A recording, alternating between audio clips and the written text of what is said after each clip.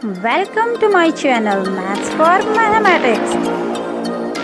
Good morning class 10. Today is our chapter number 12.2. Before starting this question, we must be very clear between the circumference of a circle and the area of a circle. Now let's start. What is the difference between the circumference of a circle and the area of a circle? These are two circle. इसकी radius हमारे पास 7 है. अब हम एक case में इसकी 7 centimetre है. एक केस में इसकी हम क्या निकालेंगे? परिधि निकालेंगे, सर्कमफेरेंस निकालेंगे और एक केस में इसका एरिया निकालेंगे. तो आपको अच्छे से क्लियर हो जाएगा. तो परिधि यानी कि सर्कमफेरेंस बराबर हमारे पास होता है 2πr. ये फॉर्मूला है बच्चों. और क्षेत्रफल यानी कि एरिया इज इक्वल टू होता है πr². First of all clearly आप इन दोनों फॉर्मूलेज को याद कर लीजिए कि परिधि बराबर होता है 2πr और क्षेत्रफल बराबर होता है πr². परिधि को सर्कमफेरेंस कहते हैं और एरिया कहते हैं क्षेत्रफल को. तो आप 5 टाइम्स अच्छे से इन दोनों फॉर्मूलेज को याद कर लीजिए. अब सेकंड स्टेप जो आपको अच्छे से आनी चाहिए वो है आपकी कि आपको ये इसका अगर हमें पास रेडियस पता है तो हमें इसकी परिधि की प्रैक्टिस करनी है कि कैसे हम इसकी परिधि को निकाल सकते हैं और इसके क्षेत्रफल को निकाल सकते हैं. तो इसकी पहले परिधि निकालेंगे हम. परिधि बराबर होता है हमारे पास अभी बताया था फॉर्मूला 2πr. अब हम यहाँ पे r की जगह कितना रख देंगे 7. तो इसकी हमारे पास निकल जाएगी सर्कमफेरेंस. तो वो निकल जाएगी 2 इंटू पाई की जगह पे हम रखेंगे 22/7 और r की जगह रखेंगे 7. 7 इज कैंसल्ड बाय 7. तो इसकी परिधि निकल गई हमारी 44 सेंटीमीटर. इसकी परिधि निकल गई हमारे पास 44 सेंटीमीटर. अब हम क्या करेंगे? इसका निकालेंगे क्षेत्रफल यानी कि एरिया. तो इसका एरिया निकालने के लिए फॉर्मूला होता है area of circle is equal to होता है πr². तो अब हम क्या करेंगे? पाई की जगह रखेंगे 22/7 और r क्योंकि स्क्वायर है तो इसको लिखेंगे हम 7 इंटू 7 कैंसिल आउट. तो 40 इसको मल्टीप्लाई करेंगे 154 सेंटीमीटर स्क्वायर. तो इसका एरिया आ गया है 154 सेंटीमीटर स्क्वायर. और इसकी सर्कमफेरेंस यानी कि ये बाउंड्री की लंबाई ये आ गई थी हमारी 44 सेंटीमीटर. इसकी यूनिट भी देखो, यहाँ सेंटीमीटर है और यहाँ सेंटीमीटर स्क्वायर है. तो I think it is clear. अब हमें जो दूसरा 12.2 स्टार्ट करने से पहले दूसरी जो चीज़ आनी चाहिए वो आनी चाहिए कि अगर हमारे पास इसका एरिया हमें पता है तो हमें इसकी रेडियस कैसे निकालनी है. या किसी सर्कल की हमें परिधि पता है, मान लो इसकी परिधि 44 है, इसका एरिया हमारे पास आ गया था अभी हमने निकाला 154 है सेंटीमीटर स्क्वायर है और ये सेंटीमीटर है. तो हम इसकी रेडियस को कैसे निकालेंगे? r इसकी त्रिज्या इसको कैसे निकालेंगे इस केस में और इस केस में, दोनों केस में. तो हम पहले फर्स्ट केस ले लेते हैं. इस केस में कि अगर हमारे पास दे रखी, हमको इसकी परिधि दे रखी है, सर्कमफेरेंस दे रखा है, तो हम इसकी त्रिज्या कैसे निकालें? तो परिधि इज इक्वल टू होती 2πr. अब हम परिधि हमें पता है तो इसकी जगह पे हम रख लेंगे 44. r हमें नहीं पता है तो इज इक्वल टू 2πr. अब हम r की जगह पे लिख देंगे, ये आ जाएगा हमारा अपॉन में, पक्षांतर इसका कर देंगे, ट्रांसपोज कर देंगे. तो r इज इक्वल टू हो जाएगा 44/2π. अब हम इसको सॉल्व कर लें तो ये हो जाएगा 22/π. बच्चों जब भी हमारे पास, इसको जरा सॉल्व कर लें तो r इज इक्वल टू हमारे पास इक्वेशन आई है, r इज इक्वल टू आई हमारे पास 22/π. बच्चों जब भी पाई हमारे पास अपॉन में होता है तो इसकी वैल्यू हम क्या कर लेंगे? रेसिप्रोकल कर लेंगे. तो r is equal to 22 into 7/22. बच्चों पाई की वैल्यू होती है 22/7 लेकिन ये 1/π है, अपॉन में है नीचे, तो 7/22. 22 कैंसिल हो गया, r इज इक्वल टू 7. तो हमें इसकी त्रिज्या 7 मिल गई है. अब इसी तरीके से इस वाले केस में चलिए सेकंड वाले में. सेकंड केस में हमारे पास दे रखा है इसका एरिया. तो एरिया अब हमें यहाँ पे एरिया पता है तो हम एरिया का ही फॉर्मूला लगाएंगे। यहाँ पे हमें परिधि पता थी तो हमने परिधि की ही फॉर्मूला लगाया। तो एरिया ऑफ सर्कल कितना होता है?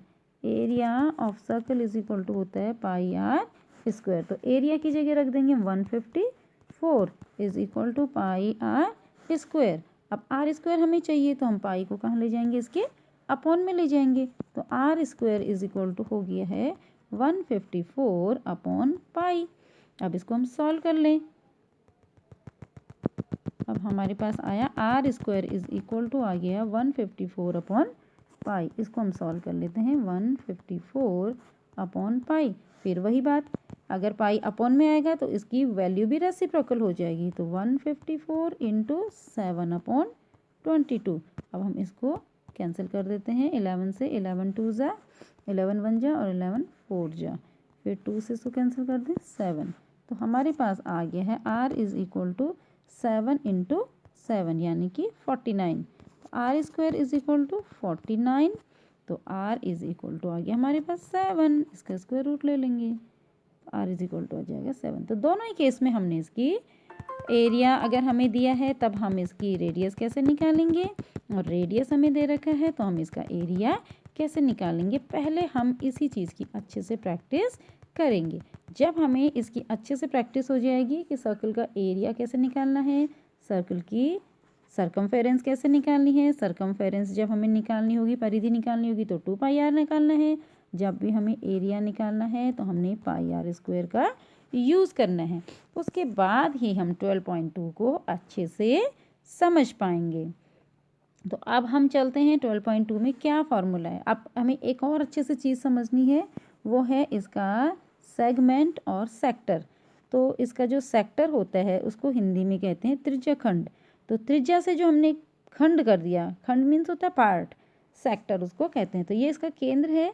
जैसे हम बर्थडे का केक काटते हैं सेंटर में रख करके, ये हमने 2 रेडियस से एक पीस निकाल लिया, तो इसको हम कहते हैं सेक्टर। हिंदी में कहते हैं इसको त्रिज्या खंड और इंग्लिश में कहते हैं इसको सेक्टर। और यहाँ पर अगर हमने इस तरीके से ये काट दी, जैसे हम रोटी हमें पूरी नहीं खानी, थोड़ा सा ही खानी है, ये हमने इसका एक पीस कर दिया, इसको हमने जीवा से काटा है, कॉर्ड से काटा है, तो हम इस वाले पार्ट को कहते हैं वृत्तखंड। इसको हम कहते हैं ये वृत्त का खंड हो गया, वृत्तखंड। और इंग्लिश में कहते हैं इसको सेगमेंट। तो ये सेगमेंट है, ये जो इतना पार्ट मैंने बताया, इंग्लिश में इसको कहते हैं सेगमेंट और हिंदी में इसको कहते हैं वृत्तखंड। वृत्त का खंड, वृत्त का हिस्सा। और इसको इंग्लिश में कहते हैं सेक्टर और हिंदी में कहते हैं त्रिज्या खंड। क्योंकि हमने इसको त्रिज्या से काटा है इसलिए इसको कहते हैं हम त्रिज्या खंड। तो पहले हमें इन 2 चीज़ों की भी जानकारी होनी चाहिए।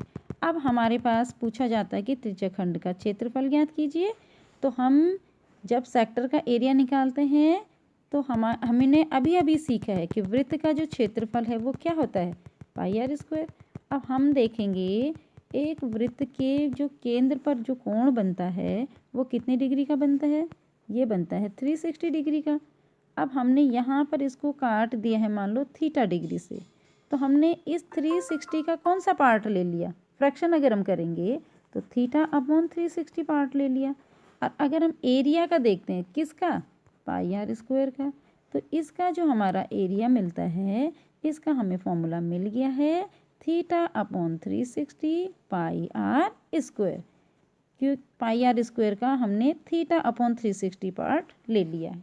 तो ये बन गया हमें इस सेक्टर के एरिया का फॉर्मूला। अब दूसरी चीज़ हमारे पास आती है किसी चाप की लंबाई।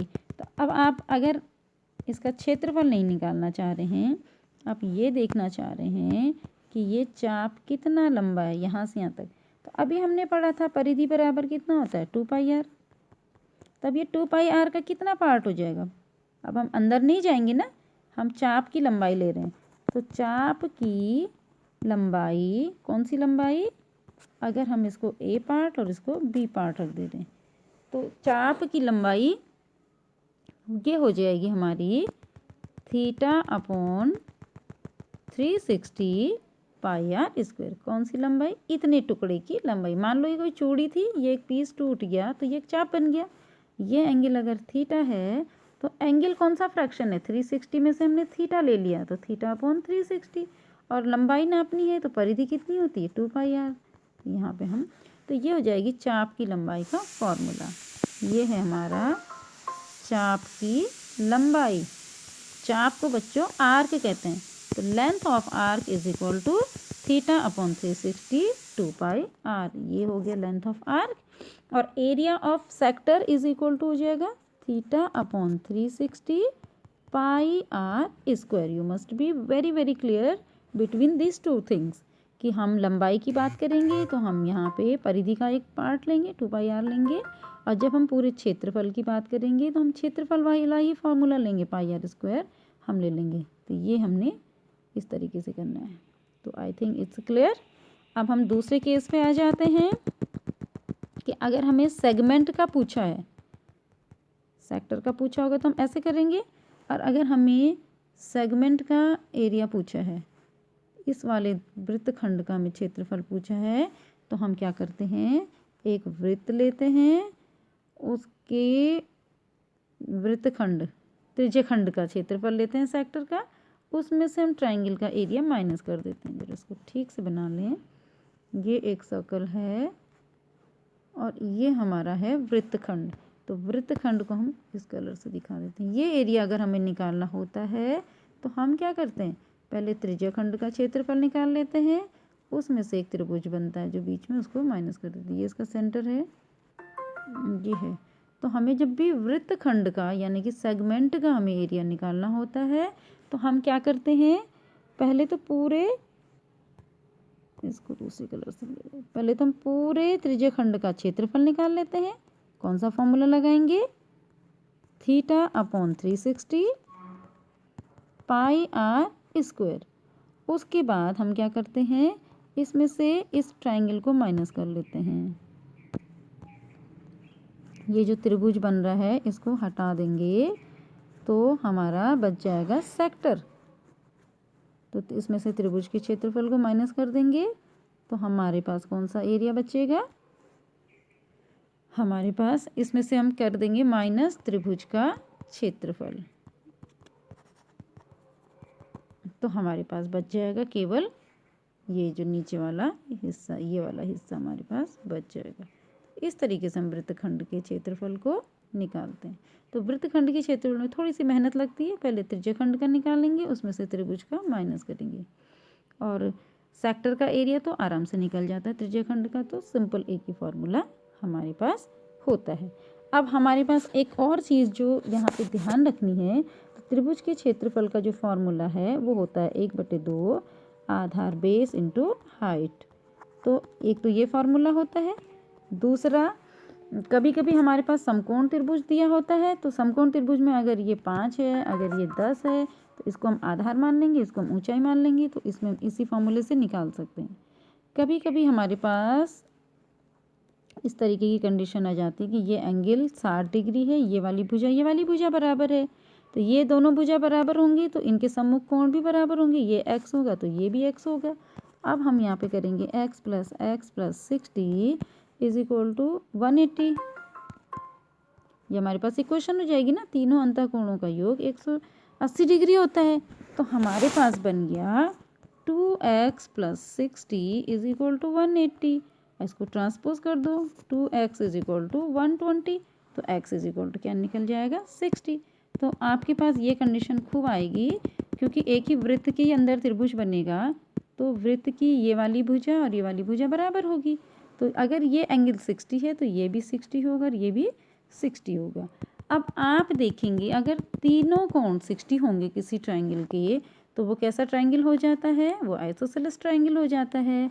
उसको हम कहते हैं समबाहु त्रिभुज। तो समबाहु त्रिभुज का जो क्षेत्रफल वो होता है √3/4 भुजा का वर्ग, यानी कि जो आइसोसेलेस ट्रायंगल होता है उसका जो एरिया होता है √3/4 साइड स्क्वायर। तो हम वहाँ पे इस वाले फॉर्मूले को यूज़ करेंगे।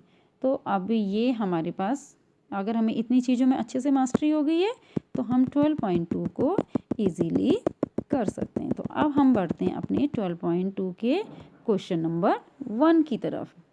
तो अब आप आ जाइए क्वेश्चन नंबर 1। तो वेरी सिंपल क्वेश्चन, 6 सेंटीमीटर त्रिज्या वाले, इसको थोड़ा सा जूम कर लें, 6 सेंटीमीटर त्रिज्या वाले एक वृत्त के एक त्रिज्याखंड का क्षेत्रफल ज्ञात कीजिए जिसका कोण 60 डिग्री है। तो यहाँ पर देखिए इसकी रेडियस 6 सेंटीमीटर है और ये 60 डिग्री हमारे पास एंगल है। तो वेरी सिंपल, अब हमने क्या करना है, थीटा अपॉन, दूसरा कलर ले ले, 360, theta upon 360 into pi r square करेंगे। तो थीटा की जगह पे हम रखेंगे 60 अपॉन 360 और इंटू पाई की जगह रखेंगे हम 22/7 और आर की जगह रखेंगे 6 और स्क्वायर है तो एक और 6। तो इसको हम सॉल्व कर सकते हैं easily. 360 upon 360 into 22/7 into 6 into 6। तो 0 इज कैंसिल बाय 0, दूसरे कलर यूज़ करते हैं, 0 इज कैंसिल बाय 0, 6 1 जा 6, 6 6 जा 36, 6 इज कैंसिल बाय 6। तो हमारे पास आंसर आ गया अपॉन 7 और ये क्या हो जाएगा, इसका सेंटीमीटर है तो सेंटीमीटर स्क्वायर। तो सिंपल क्वेश्चन है फर्स्ट वाला। आगे चलते हैं, एक वृत्त के चतुर्थांश का क्षेत्रफल ज्ञात कीजिए जिसकी परिधि 22 सेंटीमीटर है। अब यहाँ पे हमें एंगल नहीं दे रखा है बल्कि क्या लिखा है, चतुर्थांश। तो चतुर्थांश का मतलब होता है किसी वृत्त का चौथाई, 1/4। तो वृत्त का जो चौथाई होगा ये हमें इस तरीके से, तो वृत्त का चौथाई होगा तो हमें ऑटोमेटिक इसका एंगल मिल गया, 90 डिग्री है। दूसरी चीज़ हमें इसकी दे रखी है परिधि, परिधि दे रखी है इसकी 22। तो पहले हम क्या निकाल लेंगे, इसकी त्रिज्या, तब निकालेंगे हम क्षेत्रफल। तो परिधि बराबर 2πr होता है। तो हम यहाँ पे लिख देंगे 22 हमको दे रखा है तो 2πr इज इक्वल टू मिल गया हमें 22। तो r इज इक्वल टू हो जाएगा 22/2r 2π। तो r की वैल्यू हमारी आ गई है, r की वैल्यू 22 है तो r इज इक्वल टू आ गया है 22/2 और यहाँ पे पाई है। तो पाई जब भी अपॉन में होता है इसकी वैल्यू क्या हो जाती है, रेसिप्रोकल हो जाए। पाई का मान होता है 22/7 22/7, लेकिन जब वो नीचे होता है तो उसका वैल्यू हो जाएगी 7/22। 22 कैंसिल आउट, तो इसकी रेडियस हमको मिल गई है 7। अब हमें इसकी रेडियस मिल गई है तो अब हमने क्या निकालना है, इसका सेक्टर का एरिया निकालना है। कौन सा सेक्टर का, इसकी चतुर्थांश का, यानी कि इतना एरिया। तो हम क्या लगाएंगे formula, theta upon 360 pi r square. ये लिख लिया, थीटा की जगह रखेंगे हम 90/360 और पाई की जगह रखेंगे 22/7 और आर हमने अभी निकाल दिया है 7 और स्क्वायर है तो इंटू 7। तो 7 से 7 कैंसिल हो जाएगा, 0 से 0, 9 से 36। तो आप इसको कैलकुलेट कर सकते हैं इजीली। अब हम चलते हैं क्वेश्चन नंबर 3 की तरफ। एक घड़ी की मिनट की सुई जिसकी लंबाई 14 सेंटीमीटर है, इस सुई द्वारा 5 मिनट में रचित क्षेत्रफल ज्ञात कीजिए। तो अब घड़ी की सुई है तो जिसकी लंबाई 14 सेंटीमीटर है, रेडियस तो हमें पता है लेकिन इस केस में हमको इसका हमें 5 मिनट में चलती है लेकिन एंगल कितना बनाती है ये नहीं पता हमें। तो हम क्या करेंगे, ये घड़ी है, इसकी जो सुई है वो 1 घंटे में कितना घूमती है, यहाँ सेंटर पे 360 डिग्री घूमती है। और कितने चक्कर लगाती है, कितने पार्ट्स में बटी होती है घड़ी, 12 पार्ट्स में बटी होती है। तो इसका मतलब जब वो 5 मिनट चलती है तो 1/12 पार्ट चलती है। तो 1/12 में चलती हो 360, तो 360 का 1/12 अगर हम कर देंगे तो कितना चलेगी, वो 30 मिनट चलेगी, 30 डिग्री का एंगल बनाएगी। तो ये एंगल हमें पता चल गया 30 डिग्री।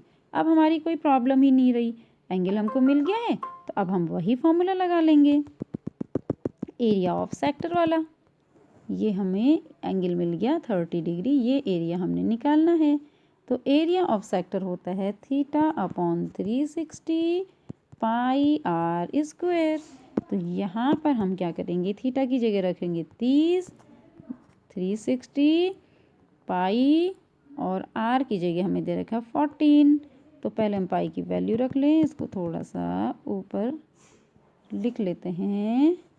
कहाँ लिखें, इसका पिक्चर हम पहले हटा लेते हैं, तब लिखने की हमको जगह मिल जाएगी। तो हमने सेक्टर का एरिया निकालना है theta upon 360 pi r square. Theta की जगह हमने रख दिया 30 डिग्री, 30 अपॉन 360, पाई की जगह रखेंगे हम 22 अपॉन 7 और आर की जगह 14 है, स्क्वायर है तो 14 इंटू 14 हो जाएगा। 0, अब हम दूसरे कलर से इसको कैंसिल करते हैं। 0 इज कैंसिल बाय 0, 7 1 जा 7, 7 2 जा 14, यहाँ 3, यहाँ 12, यहाँ कट जाएगा 6 टाइम, यहाँ कट जाएगा 2 3 जा 6, 2 11 टाइम्स। तो हमारा आंसर आ जाएगा 11 इंटू 14 अपॉन 3। तो कितना आ गया हमारा आंसर, 11 इंटू 14 अपॉन 3। तो हम इसको मल्टीप्लाई करके इसका आंसर इजीली फाइंड आउट कर सकते हैं। चलते हैं नेक्स्ट क्वेश्चन की तरफ। क्वेश्चन नंबर 4, 10 सेंटीमीटर त्रिज्या वाले एक वृत्त की कोई जीवा केंद्र पर समकोण अंतरित करती है। निम्नलिखित के क्षेत्रफल ज्ञात कीजिए। संगत लघु वृत्तखंड, संगत दीर्घ त्रिज्यखंड। लघु वृत्तखंड बता रखे हैं और दीर्घ त्रिज्यखंड दे रखा है। तो हमें केंद्र पर समकोण बनाती है। तो सबसे पहले त्रिज्या हमें दे रखी है 10 सेंटीमीटर और केंद्र पर हमें कोण दे रखा है समकोण। तो हम पहले इसका फिगर बना लेते हैं।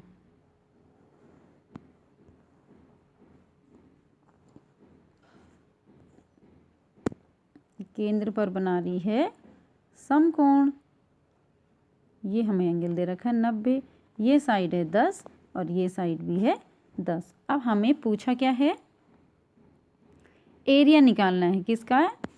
एक बार और क्वेश्चन में ठीक से पढ़ लें। संगत लघु वृत्तखंड और संगत दीर्घ त्रिज्यखंड। तो पहले लघु वृत्तखंड का एरिया निकाल लेते हैं। तो लघु वृत्तखंड का एरिया कैसे निकालेंगे,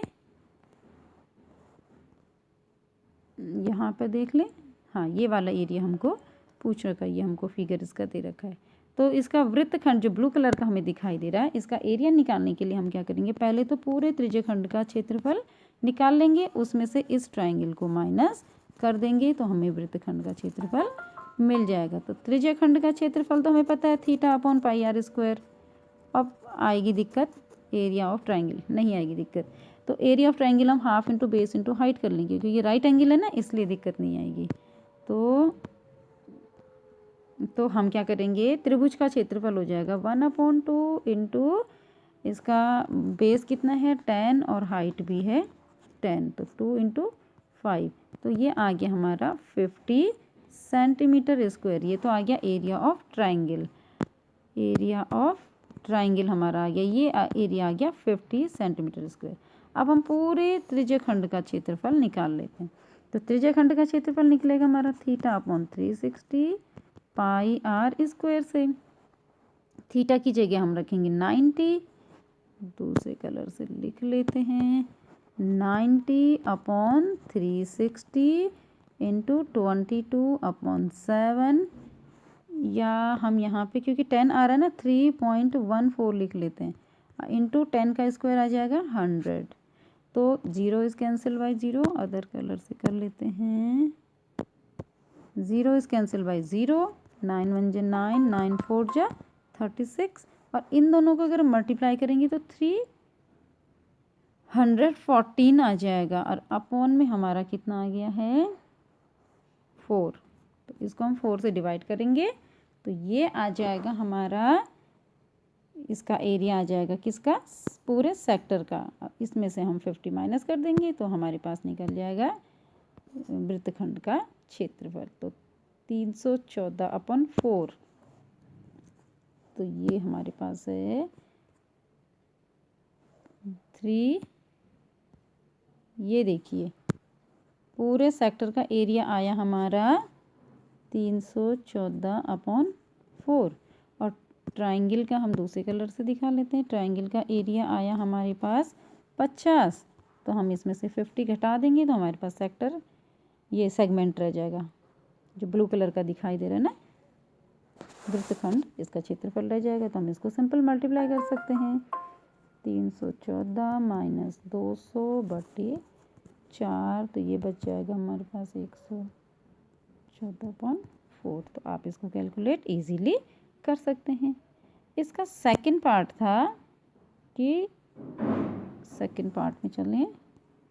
सेकंड पार्ट है संगत दीर्घ त्रिज्यखंड। अभी हमें दीर्घ त्रिज्यखंड और लघु त्रिज्यखंड पता होना चाहिए। ये है त्रिज्यखंड, ये वाला है लघु त्रिज्यखंड, और ये जो बाकी का बचा हुआ है ये है हमारा दीर्घ त्रिज्यखंड। तो अब हमने दीर्घ त्रिज्यखंड का क्षेत्रफल निकालना है, तो हम क्या करेंगे, पूरे वृत्त के क्षेत्रफल, पूरे वृत्त का क्षेत्रफल आएगा हमारा πr²। इसमें से हम θ/360 πr² को माइनस कर देंगे। तो πr², पहले फॉर्मूले को ही सॉल्व कर लेंगे। थीटा की जगह हमारे पास 90/360 πr², 0 0 कैंसिल, 9 4। तो हमारे पास बच गया है πr² माइनस πr²/4। अब हम क्या करेंगे, इसको थोड़ा साफ साफ सॉल्व कर लेते हैं। πr² minus πr²/4। अब हम क्या करेंगे, πr² को कॉमन ले लेंगे, यहाँ बचेगा 1 माइनस 1/4। इसको सॉल्व करो तो यह आ जाएगा 3/4 πr²। अब हम इसमें वैल्यूज़ रख लेंगे, तो 3/4 इंटू 22/7 और इंटू r की जगह कितना था, तो यहाँ पे हम जब भी हमारे पास डेसिमल में इजी होता है तो हम डेसिमल वाली वैल्यू रखते हैं, जब फ्रैक्शन में इजी होता है तो हम फ्रैक्शन वाली वैल्यू रखते हैं। 10 × 10, तो ये हो जाएगा 314। उसको हम 3 से गुणा करेंगे और 4 से भाग दे देंगे तो हमारा आंसर निकल आएगा। तो आप इसको आगे सॉल्व कर सकते हैं। तो अब मिलते हैं हम नेक्स्ट वीडियो में बाकी के क्वेश्चन लेके। Till then take care, good bye.